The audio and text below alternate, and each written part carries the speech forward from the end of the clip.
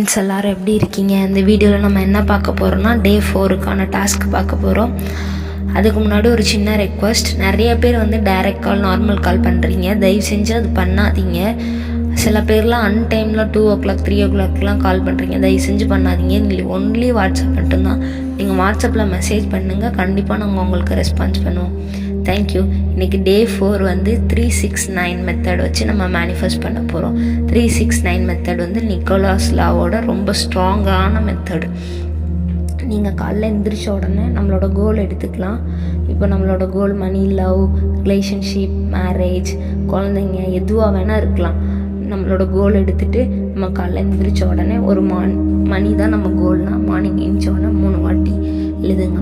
நான் 10 லட்சம் ரூபாய் சம்பாதித்து கொண்டு இருக்கிறேன். அந்த மாதிரி ஒரு 3 டைம் எழுதணும். அடுத்து மதியம் போல் ஒரு 6 டைம்ஸு எனக்கு பிஸ்னஸில் நிறையா ப்ராஃபிட் வந்துகிட்டே இருக்குது, இல்லைனா எனக்கு சேல்ரி இன்க்ரிமெண்ட் ஆகிட்டுருக்கு, அந்த மாதிரி எழுதணும். அடுத்து நைட்டு எனக்கு பிஸ்னஸில் இருந்தும் இன்க்ரிமெண்ட் இல்லை பல வழிகள்லேருந்து பணம் வந்து கொண்டே இருக்கிறது. அந்த மாதிரி டிஃப்ரெண்ட்டாக எழுதுங்க. ஒரு 9 டைம்ஸ் எழுதணும் நைட்டு. இல்லைனா நீங்கள் ஒரு டைம் எழுதுறத கூட நீங்கள் திரும்ப ரிப்பீட் பண்ணலாம். அப்போ ஃபஸ்ட்டு 3 வாட்டி நான் 10 லட்ச ரூபாய் ஏர்ன் பண்ணிகிட்ருக்கேன்னு எழுதுறீங்களே, அதே மதியம் 6 டைம்ஸ் எழுதலாம், நைட்டு 9 டைம்ஸ் எழுதலாம். இந்த மாதிரி லவ்வுக்காக இருந்தாலும் இந்த மாதிரி பண்ணலாம். எதுவாக இருந்தாலும் உங்களோட கோல் எதுக்கோ அந்த மாதிரி அதை எடுத்துகிட்டு இந்த மாதிரி பண்ணுங்கள். இப்போ லவ்வுக்குனா நான் என் காதல் வாழ்க்கையில் சந்தோஷமாக இருக்கிறேன். மதியம் போல் என் கணவனுடன் நான் கணவனோ மனைவியனுடன் என் கல்யாண வாழ்க்கை நிறைவாகவும் நிம்மதியாகவும் இருக்கிறது, அப்படி எழுதுங்க.